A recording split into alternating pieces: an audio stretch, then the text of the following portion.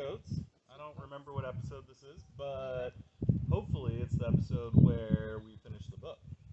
So this is my friend Mrs. Phipps.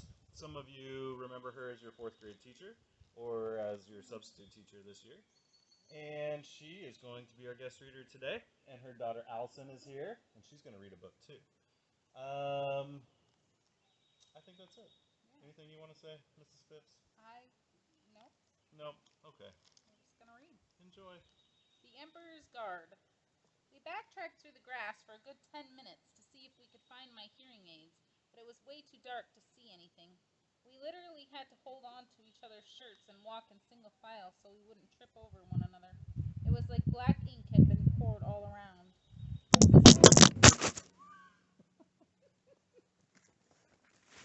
Yep, perfect. This camera setup is hopeless. All good. Let's see. Just listen. That's true. Okay. We're back in Said business. Henry. They could be anywhere. Maybe we can come back with a flashlight, answered Amos. No, it's okay, I said. Let's just go back. Thanks, though. We walked back towards the cornfields, and then... Yes, you're so sweet. Yep. And then cut through them until the back of the giant screen came into view. Since it was facing away from us, we didn't get any light from the screen at all until we walked around to the edge of the woods again. That's where we finally started seeing a little light. There was no sign of the 7th graders anywhere. This is great. Where do you think they went? Said Jack.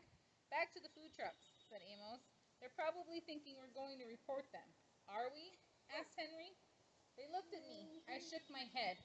Okay, said Amos. But little dude, don't walk around here alone again, okay? If you need to go somewhere, tell us and we'll go with you. Okay, I nodded.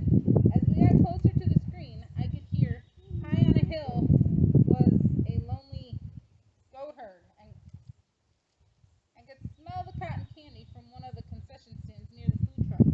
There were lots of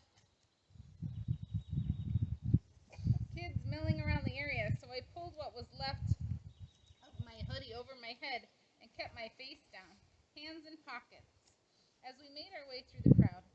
It had been a long time since I'd been without my hearing aids, and it felt like I was miles under the earth. It felt like that song Miranda used to sing to me.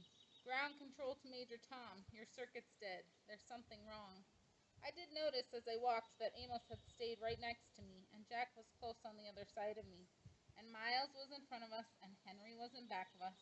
They were surrounding me as we walked through the crowds of kids, like I had my own Emperor's Guard. Sleep. Then they came out of the narrow valley, and at once she saw the reason. There stood Peter and Edmund and the rest of Aslan's army, fighting desperately against a crowd of horrible creatures whom she had seen last night. Only now, in the daylight, they looked even stranger and more evil and more deformed. I stopped there. I'd been reading for over an hour and sleep still didn't come. It was almost 2 a.m. Everyone else was asleep. I had my flashlight on under the sleeping bag, and maybe the light was why I couldn't sleep.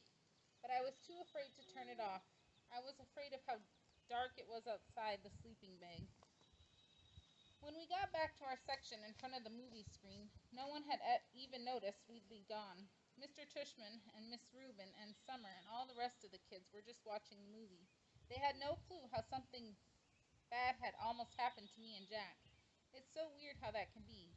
How you could have a night that's the worst night of your life, but to everybody else, it's just an ordinary night. Like on my calendar at home, I would mark this as being one of the most horrific days of my life. This and the day that Daisy died. But for the rest of the world, this was just an ordinary day. Or maybe it was even a good day. Maybe somebody won the lottery today. Amos and Miles and Henry brought me and Jack over to where we'd been sitting before, with Summer and Maya and Reed, and then they, this is really great. And then they went and sat where they had been sitting before, with Zena and Savannah and their group. In a way, everything was exactly as we had left it before we went looking for the toilets. The sky was the same. The the movie was the same. Everyone's faces were the same. Mine was the same. But something was different. Something had changed. I could see Amos and Miles and Henry telling their group what had just happened. I knew they were talking about it because they kept looking over at me while they were talking. Even though the movie was still playing, people were whispering about it in the dark. News like that spreads fast. It was what everybody was talking about on the bus ride back to the cabins. All the girls, even girls I don't know very well, were asking me if I was okay. The boys were all talking about getting revenge on the group of the 7th grade jerks, trying to figure out what school they were from. I wasn't planning on telling the teachers about what had happened, but they found out anyway. Maybe it was the torn sweatshirt and the bloody elbow, or maybe it's just teachers hear everything. When we got back to camp, Mr. Tushman took me to the first aid office, and while I was getting my elbow cleaned and bandaged up by the camp nurse, Mr. Tushman and the camp director were in the next room talking with Amos and Jack and Henry and Miles, trying to get a description of the troublemakers. When he asked me about them a little later, I said I couldn't remember their faces at all, which wasn't true. It's their faces I kept seeing every time I closed my eyes to sleep. The look of total horror on the girls' faces. Oh my goodness.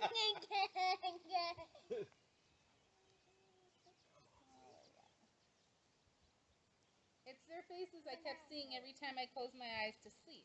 The look of total horror on the girl's face when she first saw me. The way the kid with the flashlight, Eddie, looked at me as he talked to me, like he hated me, like a lamb to the slaughter. I remember Dad saying that ages ago, but tonight, I think I finally got what it meant. We're going to pause and let Allison read her book.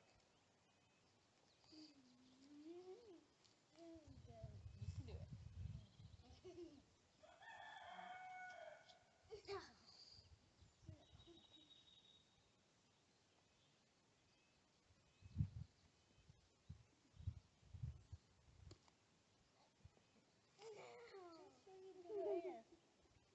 You don't want to anymore? You're going to be sad that you didn't do it. Short one. You can do it. Flip book. I love that book.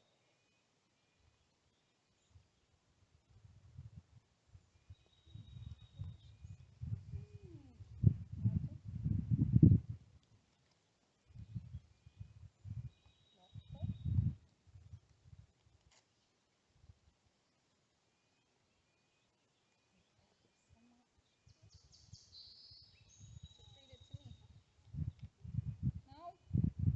Okay. Well, I'm going to read another chapter then. These are super short chapters. Aftermath. Mom was waiting for me in front of the school along with the other parents when the bus arrived. Mr. Tushman told me on the bus ride home that they had called my parents to tell them there had been a situation the night before, but that everyone was fine.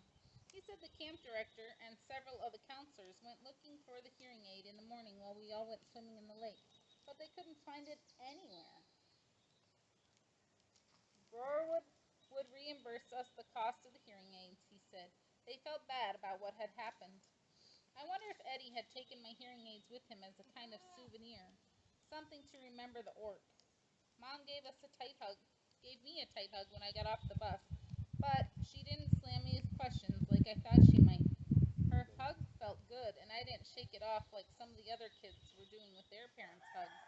The bus driver started unloading our duffel bags, and I went to find mine while Mom talked to Mr. Tushman and Miss Rubin, who had walked over to her. As I rolled my bag towards her, a lot of kids that don't normally say anything to me were nodding hello or patting my back as I walked by them. Ready? Mom said when she saw me. She took my duffel bag, and I didn't even try to hold on to it. I was fine with her carrying it. If she had wanted to carry me on her shoulders, I would have been fine with that too, to be truthful. As we started to walk away, Mr. Tushman gave me a quick, tight hug, but didn't say anything. Home. Mom and I didn't talk much the whole walk home, and when we got to the front stoop, I automatically looked in the front bay window because I forgot for a second that Daisy wasn't going to be there like always, perched on the sofa with her front paws on the windowsill, waiting for us to come home. It made me kind of sad when we walked inside. As soon as we did, Mom dropped my duffel bag and wrapped her arms around me and kissed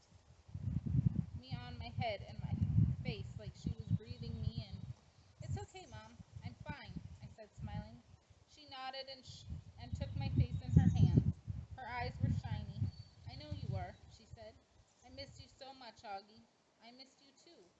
I could tell she wanted to say a lot of things, but she was stopping herself. Are you hungry? She asked. Starving. Can I have a grilled cheese? Of course, she answered, and immediately started to make the sandwich while I took my jacket off and sat down at the kitchen counter. Where's Via? I asked. She's coming home with Dad today. Boy, did she miss you, Augie, Mom said. Yeah, she would have liked the nature reserve. You know what movie they played? The Sound of Music. You'll have to tell her that.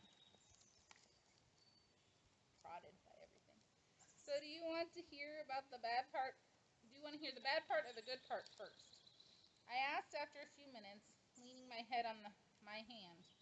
Whatever you want to talk about, she answered. Well, except for last night, I had an awesome time, I said. I mean, it was just awesome. That's why I'm so bummed. I feel like they ruined the whole trip for me. No, sweetie, don't let them do that to you. You were there for more than 48 hours, and that awful part lasted only 1 hour. Don't let them take that from you, okay? I know, I nodded. Did Mr. Tishman tell you about the hearing aids? Yes, he called us this morning. Was Dad mad because they're so expensive? Oh my gosh, of course not, Augie. He just wanted to know that you were all right. That's all that matters to us, and that you don't let those thugs ruin your trip. I kind of laughed at the way she said the word thugs. What? She asked. Thugs? I teased her. That's kind of an old-fashioned word. Okay, jerks, morons, imbeciles, she said, flipping over the sandwich in the pan. Cretinos, as my mother would have said, whatever you want to call them. If I saw them on the street, I would. She shook her head. They were pretty big, Mom. I smiled. 7th graders, I think. She shook her head. 7th graders? Mr. Tishman didn't tell us that. Oh my goodness. Did he tell you how Jack stood up for me? I said. And Amos was like, bam! He rammed right into the leader. They both crashed to the ground like a real fight. It was pretty awesome. Amos's lip was bleeding and everything. He told us there was a fight, but, she said, looking at me with her eyebrows raised, I'm just so grateful you and Amos and Jack are fine. When I think about what could have happened, she trailed off, flipping the grilled cheese again. My Montauk hoodie got totally shredded. Well, that can be replaced, she answered. She lifted the grilled cheese onto a plate and put the plate in front of me on the counter. White or milk or white grape juice? Chocolate milk, please. I started devouring the sandwich. Oh, can you do it that special way you make it with the froth? How did you and Jack end up at the edge of the woods in the first place? She said, pouring the milk into a tall glass. Jack had to go to the bathroom, I answered, my mouth full. As I was talking, she spooned in the chocolate powder and started rolling a small wisp between her palms really fast. But there was a huge line and he didn't want to wait, so we went toward the woods to pee. She looked up at me while she was whisking. I know what she was thinking, that we shouldn't have done that. The chocolate milk in the glass now had 2-inch froth on the top. That looks good, Mom. Thanks. And then what happened? She said, putting the glass in front of me. I took a long drink of the chocolate milk. Is it okay if we don't talk about it anymore right now? Oh, okay. I promise I'll tell you about it later when Dad and Via come home. I'll tell you every detail. I just don't want to have to tell the whole story over and over, you know? Absolutely. I finished my sandwich in 2 more bites and gulped down the chocolate milk. Wow, you practically inhaled that sandwich. Do you want another one? She said. I shook my head and wiped my mouth with the back of my hand. Mom, am I always going to have to worry about jerks like that? I asked. Like, when I grow up, is it always going to be like this? She didn't answer right away, but took my plate and glass and put them in the sink and rinsed them with water. There are always going to be jerks in the world, Augie, she said, looking at me. But I really believe, and Daddy really believes, that there are more good people on this earth than bad people. And the good people watch out for each other and take care of each other. Just like Jack was there for you, and Amos, and those other kids. Oh yeah, Miles and Henry, I answered. They were awesome too. It's weird because Miles and Henry haven't even really been nice to me at all this year. Sometimes people surprise us, she said, rubbing the top of my head. I guess. Want another glass of chocolate milk? No, I'm good, I said. Thanks, Mom. Actually, I'm kind of tired. I didn't sleep too good last night. You should take a nap. Thanks for leaving me, Babu. By the way, you got my note? She smiled. I slept with him both nights. She was about to say something else when her cell phone rang and she answered. She started beaming as she listened. Oh my goodness, really? What kind? She said excitedly. Yep, he's right here. He was about to take a nap. Want to say hi? Oh, okay, see you in 2 minutes. Oh, she clicked it off. That was Daddy, she said excitedly. He and Vee are just down the block. He's not at work, I said. He left early because he couldn't wait to see you, she said. So don't take a nap quite yet. 5 seconds later, Dad and Via came through the door. I ran into Dad's arms, and he picked me up and spun me around and kissed me. He didn't let me go for a full minute until I said, Dad, it's okay. And then it was Via's turn, and she kissed me all over like she used to do when I was little. It wasn't until she stopped that I noticed the big white cardboard box they had brought in with them. What's that? I said. Open it, said Dad, smiling. And he and Mom looked at each other like they knew a secret. Come on, Augie, said Via. I opened the box. Inside was the cutest little puppy I'd ever seen in my life. It was black and furry with a pointed little snout and bright black eyes and small ears that flopped down. Bear. We called the puppy Bear because when Mom first saw him, she said he looked just like a little bear cub. I said, that's what we should call him, and everyone agreed that that was the perfect name. I took off the next day from school, not because my elbow was hurting me, which it was, but so I could play with Bear all day long. Mom let Via stay home from school too, so the two of us took turns cuddling with Bear and playing tug of war with him. We had kept all of Daisy's old toys, and we brought them out now to see which ones he liked best. It was fun hanging out with Via all day, just the two of us.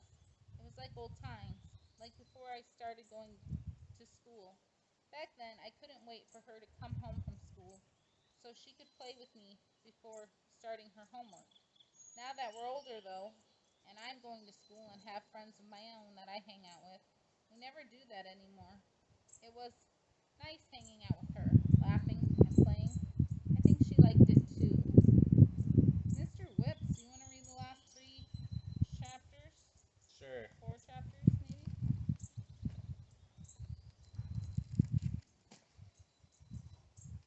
There, you can eat that. The Oh, chef. there we go. He's going to eat it. Need a new one anyway. When I went back to school the next day, the first thing I noticed was that there was a big shift in the way things were. A monumental shift, a seismic shift, maybe even a cosmic shift. Whatever you call it, it was a big shift. Everyone, not just in our grade, but every grade, had heard about what had happened to us seventh graders. So suddenly, I wasn't known for what I'd always been known for, but for this other thing that had happened. And the story of what happened had gotten bigger and bigger each time it was told. 2 days later, the way the story went was that Amos had gotten into a major fistfight with the kid, and Miles, Henry, and Jack had thrown some punches at the other guys too. And the escape across the field became this whole long adventure through a cornfield maze and into deep, dark woods. Jack's version of the story was probably the best because he's so funny. But in whatever version of the story, no matter who's telling it, two things always stayed the same. I got picked on because of my face, and Jack defended me, and those guys, Amos, Henry, and Miles, protected me. And now that they'd protected me, I was different to them. I was like one of them. They all called me little dude, now even the jocks. These big dudes I barely even knew before would knuckle punch me in the hallways now. Another thing to come out of it was Amos became super popular, and Julian, because he missed the whole thing, was really out of the loop. Miles and Henry were hanging out with Amos all the time now, like they switched best friends. I'd like to be able to say that Julian started treating me better too, but that wouldn't be true. He still gave me dirty looks across the room. He still never talked to me or Jack, but he was the only one who was like that now. And me and Jack, who could care less? Ducks. The day before the last day of school, Mr. Tushman called me into his office to tell me they'd found out the names of the 7th graders from the nature retreat. He read off a bunch of names that didn't mean anything to me, and then he said the last name, Edward Johnson. I nodded. You recognize that name? He said. They called him Eddie. Right. Well, they found this in Edward's locker. He handed me what was left of my hearing aid band. The right piece was completely gone, and the left one was mangled. The band connected the two. The lobot part was bent down the middle. His school wants to know if you want to press charges, said Mr. Tishman. I looked at my hearing aid. No, I don't think so, I shrugged. I'm being fitted for new ones anyway. Why don't you talk about it with your parents tonight? I'll call your mom tomorrow to talk about it with her, too. Would they go to jail, I asked. No, not jail. But they'd probably go to juvie court, and maybe they'll learn a lesson that way. Trust me, that Eddie kid is not learning any lessons, I joked. He sat down behind his desk. Augie, why don't you sit down a second, he said. I sat down. All the things on his desk were the same as the first time I walked in his office last summer. The same mirrored cube, the same little globe floating in the air that felt like ages ago. Hard to believe this year's almost over, huh? He said, almost like he was reading my mind. Yeah. Has it been a good year for you, Augie? Has it been okay? Yeah, it's been good, I nodded. I know academically it's been a great year for you. You're one of the top students. Congrats on the high honor roll. Thanks. Yeah, that's cool. But I know it's hard to share. It's had its share of ups and downs, he said, raising his eyebrows. Certainly that night at the nature reserve was one of the low points. Yeah, I nodded. But it was also kind of good, too. In what way? Well, you know how people stood up for me and stuff? That was pretty wonderful, he said, smiling. Yeah, I know in school things got a little hairy with Julian at times. I have to admit, he surprised me with that one. You know about that stuff? I asked him. Middle school directors have a way of knowing about a lot of stuff. Do you have, like, secret security cameras in the hallways, I joked? And microphones everywhere, he laughed. No, seriously, he laughed again. No, not seriously. Oh. But teachers know more than kids think, Augie. I wish you and Jack had come to me about the mean notes that were left in your lockers. How do you know about that? I said.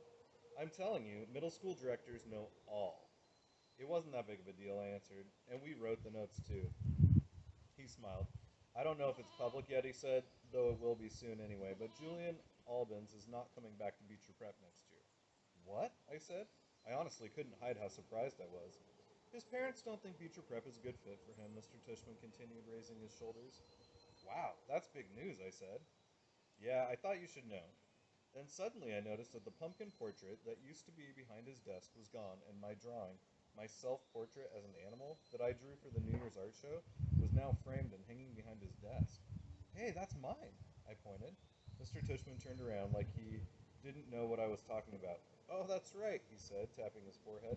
I've been meaning to show this to you for months now. My self-portrait as a duck, I nodded. I love this piece, Augie, he said. When your art teacher showed it to me, I asked her if I could keep it for my wall. I hope that's okay with you. Oh, yeah, sure.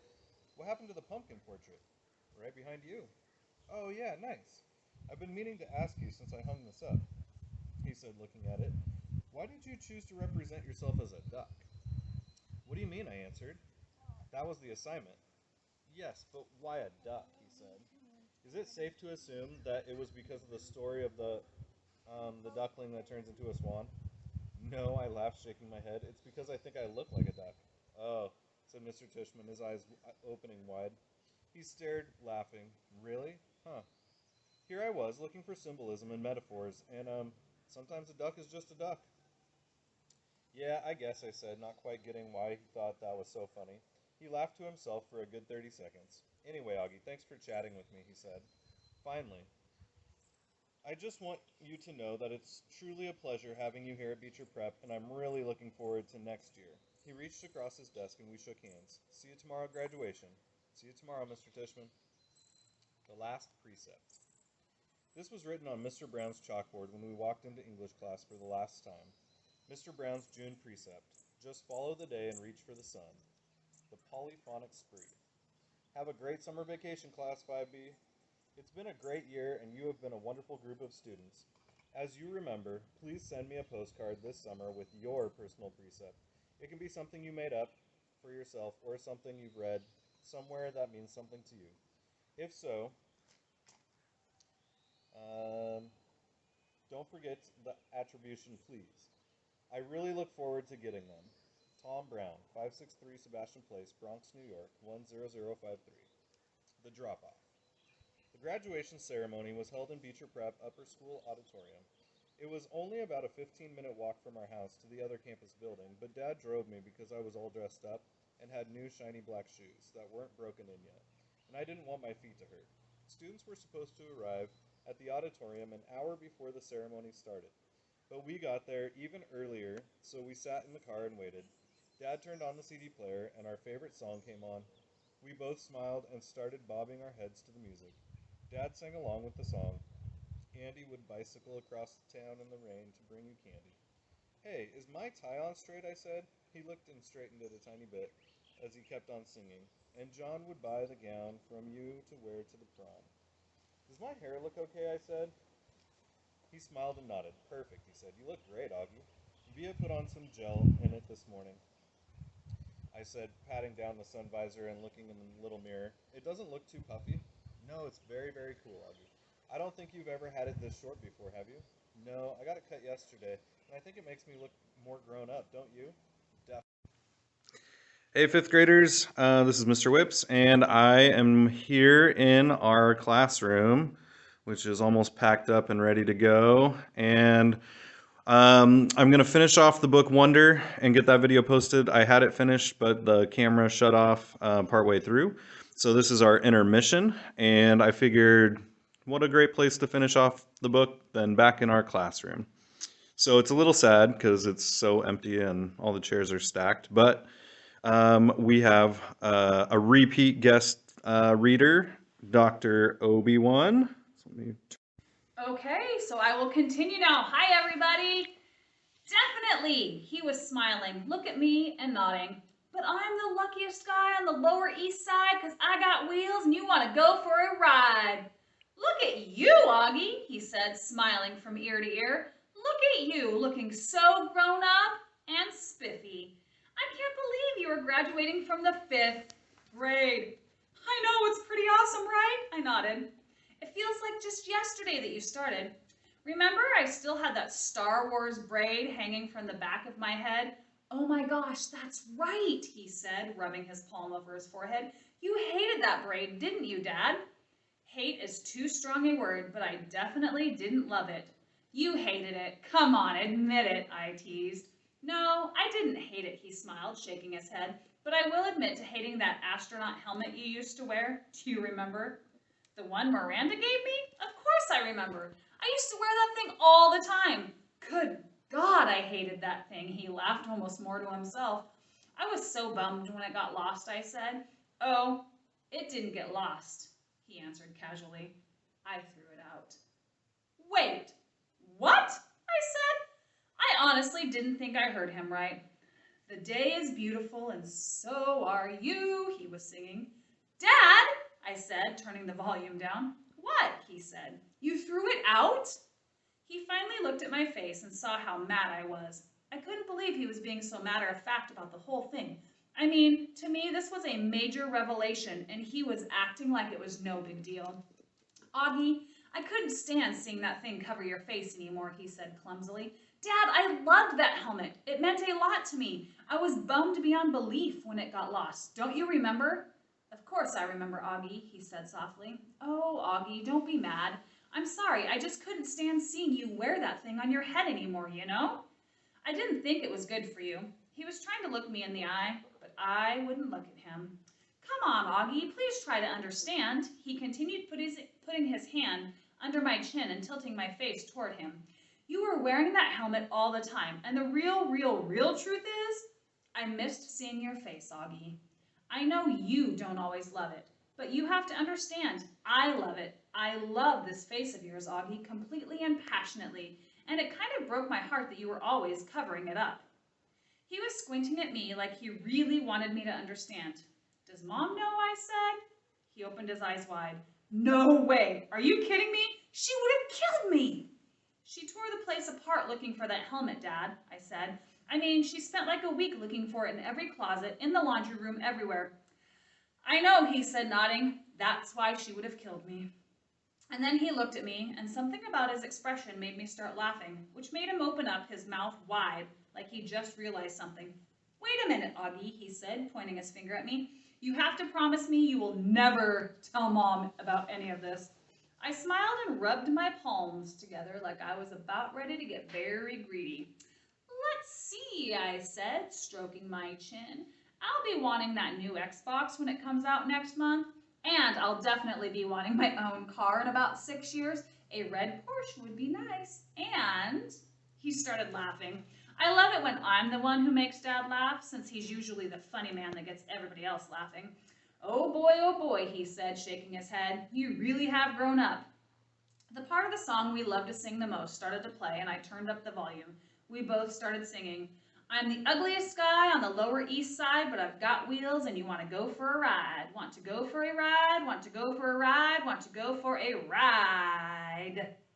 We always sang this last part at the top of our lungs, trying to hold that last note as long as the guy who sang the song, which always made us crack up. While we were laughing, we noticed Jack had arrived and was walking over to our car. I started to get out. Hold on, said Dad. I just want to make sure you've forgiven me, okay? Yes, I forgive you. He looked at me gratefully. Thank you.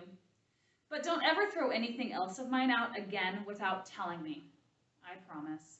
I opened the door and got out as Jack reached the car. Hey, Jack, I said. Hey, Augie. Hey, Mr. Pullman, said Jack. How you doing, Jack? Said Dad. See you later, Dad, I said, closing the door. Good luck, guys, Dad called out, rolling down the front window. See you on the other side of 5th grade. We waved as he turned on the ignition and started to pull away, but then I ran over and he stopped the car. I put my head in the window so Jack wouldn't hear what I was saying. Can you guys not kiss me a lot after graduation? I asked quietly. It's kind of embarrassing. I'll try my best. Tell Mom too? I don't think she'll be able to resist, Augie, but I'll pass it along. Bye, dear old Dad. He smiled. Bye-bye, my son. Take your seats, everyone. Jack and I walked right behind a couple of 6th graders into the building and then followed them to the auditorium. Mrs. G was at the entrance, handing out the programs and telling kids where to go. 5th graders, down the aisle to the left, she said. 6th graders, go to the right. Everyone, come in. Come in. Good morning. Go to your staging areas. 5th graders to the left, 6th graders to the right. The auditorium was huge inside. Big, sparkly chandeliers, red velvet walls, rows and rows and rows of cushioned seats leading up to the giant stage. We walked down the wide aisle and followed the signs to the 5th grade staging area, which was in a big room to the left of the stage. Inside were 4 rows of folding chairs facing the front of the room, which is where Ms. Rubin was standing, waving us in as soon as we walked in the room. Okay, kids, take your seats, she was saying, pointing to the rows of chairs. Don't forget, you're sitting alphabetically. Come on, everybody, take your seats. Not too many kids had arrived yet, though, and the ones who had weren't listening to her. Me and Jack were sword fighting with our rolled-up programs. Hey, guys! It was Summer walking over to us. She was wearing a light pink dress and, I think, a little makeup. Wow, Summer, you look awesome, I told her, because she really did. Really?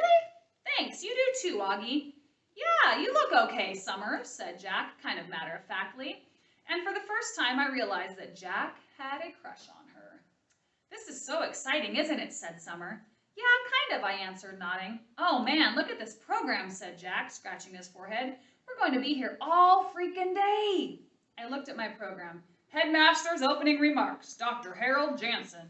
Middle school director's address, Mr. Lawrence Tushman. Light and day, middle school choir. 5th grade student commencement address, Shamina Chin. Pachelbel, canon in D. Middle school chamber music ensemble. 6th grade student commencement address, Mark Antoniak. Under pressure, middle school choir. Middle school dean's address, Ms. Jennifer Rubin. Award presentation, C back. Roll call of names. Why do you think that, I asked. Because Mr. Jansen's speeches go on forever, said Jack. He's even worse than Tushman.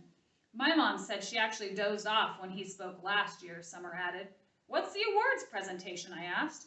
That's where they give medals to the biggest brainiacs, Jack answered, which would mean Charlotte and Zamina will win everything in the 5th grade like they won everything in the 4th grade and in the 3rd grade. Not in the 2nd grade, I laughed. They didn't give those awards out in the 2nd grade, he answered. Maybe you'll win this year, I joked. Not unless they give award to the most C's, he laughed. Everybody take your seats, Ms. Rubin started yelling louder now, like she was getting annoyed that nobody was listening to her. We have a lot to go through, so take your seats. Don't forget, you're sitting in alphabetical order, A through G in the 1st row, H through N in the 2nd row, O through Q in the 3rd row, R through Z in the last row. Let's go, people! We should go sit down, said Summer, walking toward the front section. You guys are definitely coming over to my house after this, right? I called out after her. Definitely, she said, taking her seat next to Zamina Chin. When did summer get so hot? Jack muttered in my ear. Shut up, dude, I said, laughing as we headed toward the 3rd row. No, seriously, when did that happen? He whispered, taking the seat next to mine. Mr. Will! Ms. Rubin shouted. Last time I checked, W came between R and Z, yes? Jack looked at her blankly. Dude, you're in the wrong row, I said. I am? And the face he made as he got up to leave, which was a mixture of looking completely confused and looking like he'd just played a joke on someone, totally cracked me up. A simple thing. About an hour later, we were all seated in the giant auditorium waiting for Mr. Tushman to give his middle school address. The auditorium was even bigger than I imagined it would be, bigger even than the one at Via's school. I looked around, and there must have been 1 million people in the audience. Okay, maybe not 1 million, but definitely a lot. Thank you, Headmaster Jansen, for those very kind words of introduction, said Mr. Tushman, standing behind the podium on the stage as he talked into the microphone. Welcome, my fellow teachers and members of the faculty. Welcome, parents and grandparents, friends and honored guests, and most especially, welcome to my 5th and 6th grade students. Welcome to the Beecher Prep Middle School graduation ceremonies. Everyone applauded. Every year, continued Mr. Tushman, reading from his notes with his reading glasses way down on the tip of his nose, I am charged with writing 2 commencement addresses, one for the 5th and 6th grade ceremony today, and one for 7th and 8th grade ceremony that will take place tomorrow. And every year I say to myself, let me cut down on my work and write just one address that I can use for both situations. Seems like it shouldn't be such a hard thing to do, right? And yet each year I still end up with 2 different speeches. No matter what my intentions, I finally figured out why this year. It's not as you might assume, simply because tomorrow I'll be talking to an older crowd of middle school experiences that is largely behind them, whereas your middle school experience is largely in front of you. No, I think it has more to do with the particular age that you are right now, this particular moment in your lives that, even after 20 years of my being around kids this age, still moves me, because you're at the cusp, kids. You're at the edge between childhood and everything that comes after. You're in transition. We are all gathered here today, Mr. Cushman continued, taking off his glasses and using them to point at all of us in the audience, all your families, friends, and teachers, to celebrate not only your achievements of this past year, Beecher middle schoolers, but your endless possibilities. When you reflect on this past year, I want you all to look at where you are now and where you've been. You've all gotten a little taller, a little stronger, a little smarter, I hope. Here, some people in the audience chuckled. But the best way to measure how much you've grown isn't by inches or the number of laps you can now run around the track or even your grade point average, though those things are important to be sure. It's what you've done with your time, how you've chosen to spend your days, and whom you have touched this year. That, to me, is the greatest measure of success. There's a wonderful line in a book by J.M. Barrie, and no, it's not Peter Pan. And I'm not going to ask you to clap if you believe in fairies. Here everyone laughed again. But in another book by J.M. Barrie called The Little White Bird, he writes, he started flipping through a page on the book on the podium until he found the page he was looking for, and then he put on his reading glasses. Shall we make a new rule of life, always to try to be a little kinder than is necessary? Here Mr. Tushman looked up at the audience. Kinder than necessary, he repeated. What a marvelous line, isn't it? Kinder than is necessary, because it's not enough to be kind. One should be kinder than needed. Why I love that line, that concept, is that it reminds me that we carry with us, as human beings, not just the capacity to be kind, but the very choice of kindness. And what does that mean? How is that measured? You can't use a yardstick. It's like I was saying just before, it's not like measuring how much you've grown in a year. It's not exactly quantifiable, is it? How do we know we've been kind? What is being kind anyway? He put on his reading glasses again and started flipping through another small book. There's another passage in a different book I'd like to share with you, he said. If you'll bear with me while I find it. Ah, here we go. In Under the Eye of the Clock by Christopher Nolan. The main character is a young man who is facing some extraordinary challenges. There's this one part where someone helps him, a kid in his class. On the surface, it's a small gesture, but to this young man, whose name is Joseph, it's, well, if you'll permit me. He cleared his throat and read from the book. It was at the moments such as these that Joseph recognized the face of God in human form. It glimmered in their kindness to him, it glowed in their keenness, it hinted in their caring, indeed it caressed in their gaze. He paused and took off his reading glasses again. It glimmered in their kindness to him, he repeated, smiling. Such a simple thing, kindness, such a simple thing. A nice word of encouragement given when needed, an act of friendship, a passing smile. He closed the book, put it down, and leaned forward on the podium. Children, what I want to impart to you today is an understanding of the value of that simple thing called kindness. And that's all I want to leave you with today. I know I'm kind of infamous for my verbosity. Here, everybody laughed again. I guess he knew he was known for his long speeches. But what I want you, my students, to take away from your middle school experience, he continued, is the sure knowledge that in the future you make for yourselves anything is possible. If every single person in this room made a rule that wherever you are, whenever you can, you will try to act a little kinder than is necessary, the world really would be a better place. And if you do this, if you act just a little kinder than is necessary, someone else, somewhere, someday may recognize it in you, in every single one of you, the face of God. He paused and shrugged. Or whatever politically correct spiritual representation of universal goodness you happen to believe in, he added quickly, smiling, which got a lot of laughs and loads of applause, especially from the back of the auditorium where the parents were sitting. Awards. I liked Mr. Tushman's speech, but I have to admit I kind of zoned out a little during some of the other speeches.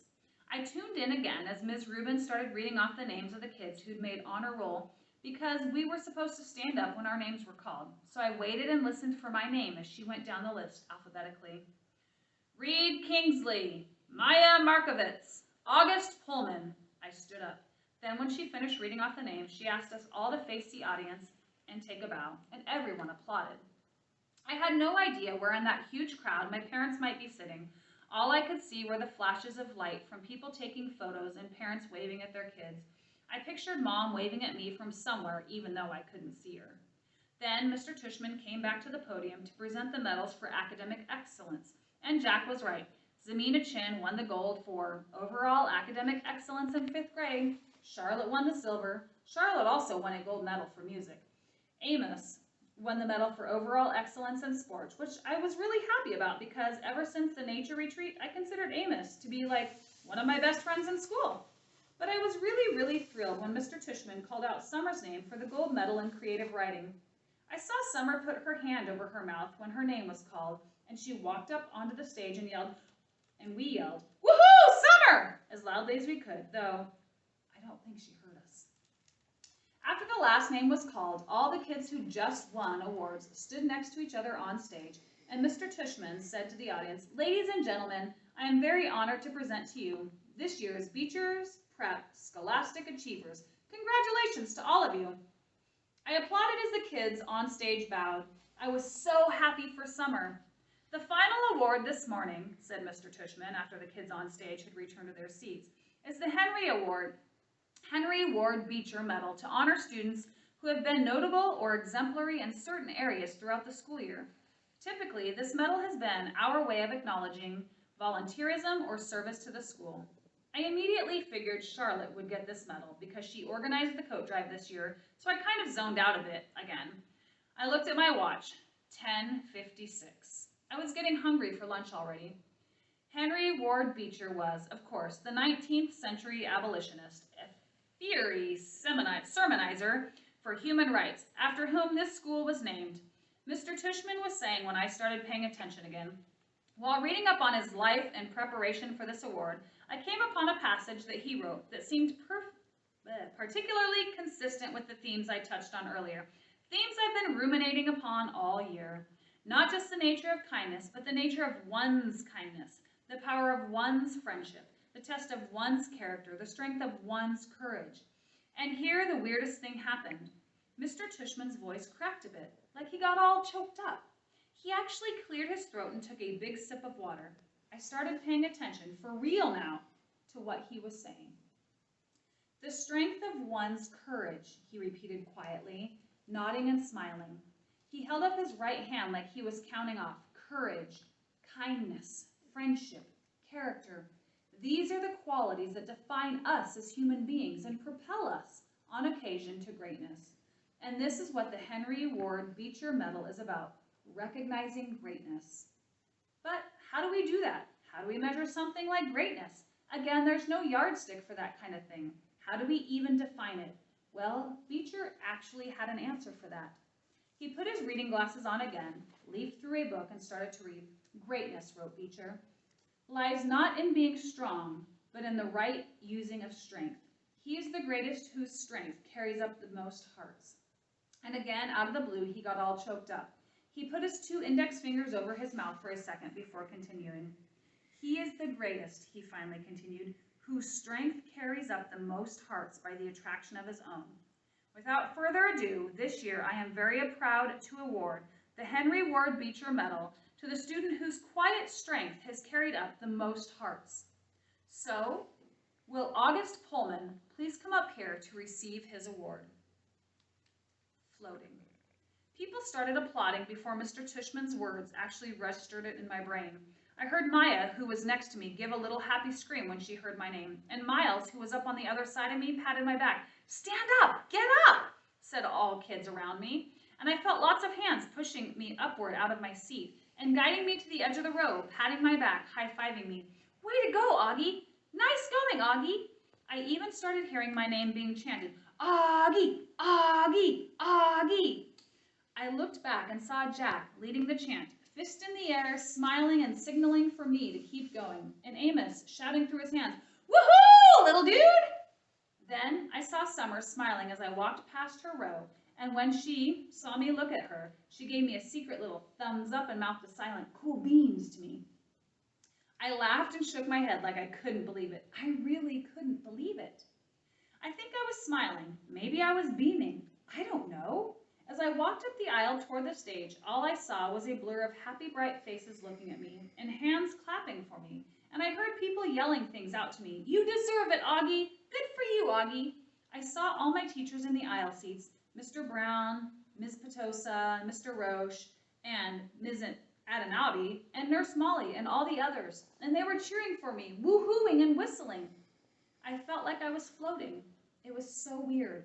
Like the sun was shining full force on my face and the wind was blowing. As I got closer to the stage, I saw Ms. Rubin waving at me in the front row. And then, next to her was Mrs. G, who was crying hysterically, a happy crying, smiling and clapping the whole time. And as I walked up the steps to the stage, the most amazing things happened. Everyone started standing up. Not just the front rows, but the whole audience suddenly got up on their feet, whooping, hollering, clapping like crazy. It was a standing ovation. For me! I walked across the stage to Mr. Tushman, who shook my hand with both of his hands and whispered in my ear, "Well done, Augie." Then he placed a gold medal over my head, just like they do in the Olympics, and had me turn to face the audience. It felt like I was watching myself in a movie almost, like I was someone else. It was like that last scene in Star Wars Episode 4, A New Hope, when Luke Skywalker, Han Solo, and Chewbacca are being applauded for destroying the Death Star. I could almost hear the Star Wars theme music playing in my head as I stood on stage. I wasn't even sure why I was getting this medal, really. No, that's not true. I knew why. It's like people you see sometimes. You can't imagine what it would be like to be that person, whether it's somebody in a wheelchair or somebody who can't talk. Only I know that I'm that person to other people, maybe to every single person in that whole auditorium. To me, though, I'm just me, an ordinary kid. But hey, if they want to give me a medal for being me, that's okay, I'll take it. I didn't destroy a Death Star or anything like that, but I did just get through 5th grade. And that's not easy, even if you're not me. Pictures. Afterward, there was a reception for the 5th and 6th graders under a huge white tent in the back of the school. All the kids found their parents, and I didn't mind at all when Mom and Dad hugged me like crazy, or when Via wrapped her arms around me and swung me left and right about 20 times. Then Papa and Tata hugged me, and Aunt Kate and Uncle Poe and Uncle Ben, everyone kind of teary-eyed and wet-cheeked. But Miranda was the funniest. She was crying more than anyone and squeezed so tight that Via had to practically pry her off of me, which made them both laugh. Everyone started taking pictures of me and pulling out their flips, and then Dad got me, Summer and Jack together for a group shot. We put our arms around each other's shoulders, and for the first time I can remember, I wasn't even thinking about my face.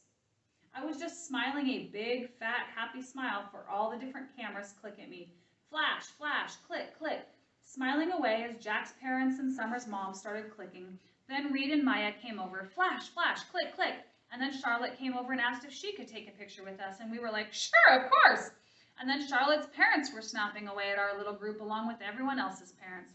And the next thing I knew, the 2 Maxes had come over, and Henry and Miles and Savannah. Then Amos came over and Zamina. And we were all in this big, tight huddle as parents clicked away like we were on a red carpet somewhere. Luca, Isaiah, Nino, Pablo, Tristan, Ellie. I lost track of who else came over. Everybody, practically. All I knew for sure is that we were all laughing and squeezing and tight against each other, and no one seemed to care if it was my face that was next to theirs or not. In fact, and I don't mean to brag here, but it kind of felt like everybody wanted to get close to me. The walk home. We walked to our house for cake and ice cream after the reception. Jack and his parents and his little brother Jamie, Summer and her mother, Uncle Poe and Aunt Kate, Uncle Ben, Tata and Papa, Justin and Via and Miranda, Mom and Dad. It was one of those great June days when the sky is completely blue and the sun is shining, but it isn't so hot that you wish you were on the beach instead. It was just the perfect day. Everyone was happy. I still felt like I was floating, the Star Wars hero music in my head. I walked with Summer and Jack, and we couldn't stop cracking up. Everything made us laugh. We were in that giggly kind of mood where all someone had to do was look at you, and you start laughing. I heard Dad's voice up ahead and looked up. He was telling everyone a funny story as they walked down Amesfort Avenue. The grown-ups were all laughing too. It was like Mom always said, Dad could be a comedian. I noticed Mom wasn't walking with the group of grown-ups, so I looked behind me. She was hanging back a bit, smiling to herself like she was thinking of something sweet. She seemed happy. I took a few steps back and surprised her by hugging her as she walked. She put her arm around me and gave me a squeeze. Thank you for making me go to school, I said quietly. She hugged me close and leaned down and kissed the top of my head. Thank you, Augie, she answered softly. For what?